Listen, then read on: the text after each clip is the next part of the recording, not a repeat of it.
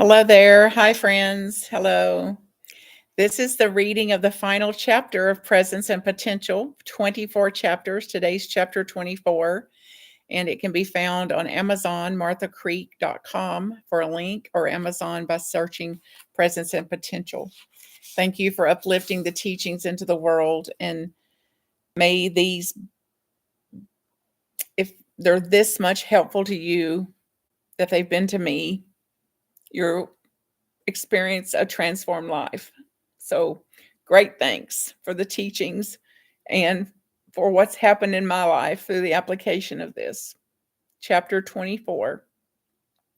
Develop a wide repertoire of responses. I've noticed that we're patterned to respond to situations in our lives less with response and more with reactions. Very much like animals. I often say we're just a hair above the animal. We seem to have a limited repertoire of fight, flight, and freeze, and many different flavors of those three, which include fawning, feeding, frenzy, etc.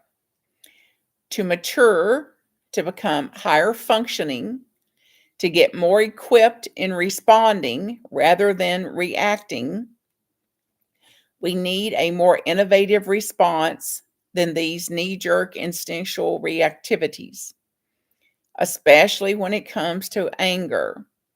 I don't know about you, but I want to be able to respond to anger more broadly than I have in the past. When it comes to our responses, we're patterned. Our patterns were formed through a trauma response in most of us at a young age. We typically run on 2 or 3 of these tracks, so we're predictable. People know where our buttons are because we installed them innocently. They know when they push the button, generally how we're going to react. The practice of developing a wider repertoire of response is an unwiring of those buttons. You may still have the buttons, but they're just not as reactive now. A typical reaction is when others are mad, to get mad in return. A wider response is when others get mad. The first step is for me to regulate my own emotions and my own anxiety and my own reactivity to their anger. We may do some deep listening and to ask to understand questions like, what would ease this for you? I can better stay in the role of a facilitator instead of a fixer. We stay in the role of a listener instead of an advisor or coach or teacher, preacher, or mentor, especially ineffective when there's no one open to it or asking for it. It's a chance to listen so deeply that you literally won't respond until you actually hear a question from someone, not to mistake monologue for dialogue. The power and the possibility of having a wider repertoire of responses helps us meet all human beings. The full spectrum of human being, and the human being what humans be, as they are, where they are, and how they are. How can we develop this broader response so that we don't always react with the same knee-jerk, hardwired, instinctual behavior?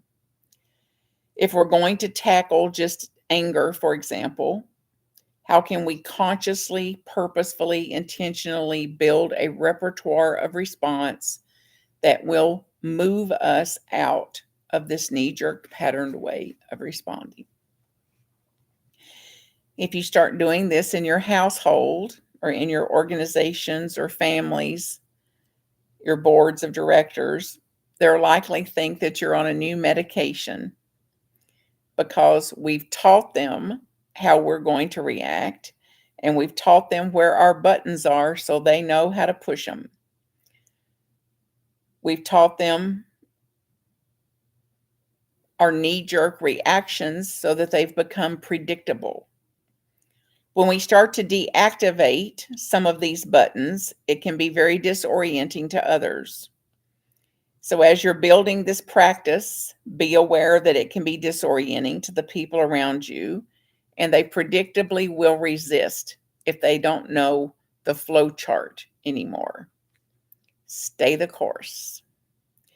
According to this theory, anytime we make any hint of a change in a situation in the way we're being, the system will put pressure on us to change back, change back, change back. There's temptation.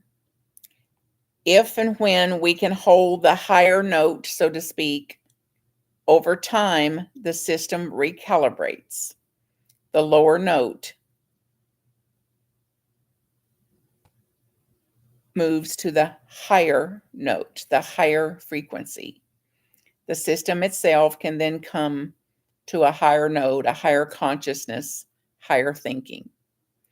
The system begins to recognize a world of more possibility, less angst, less restriction.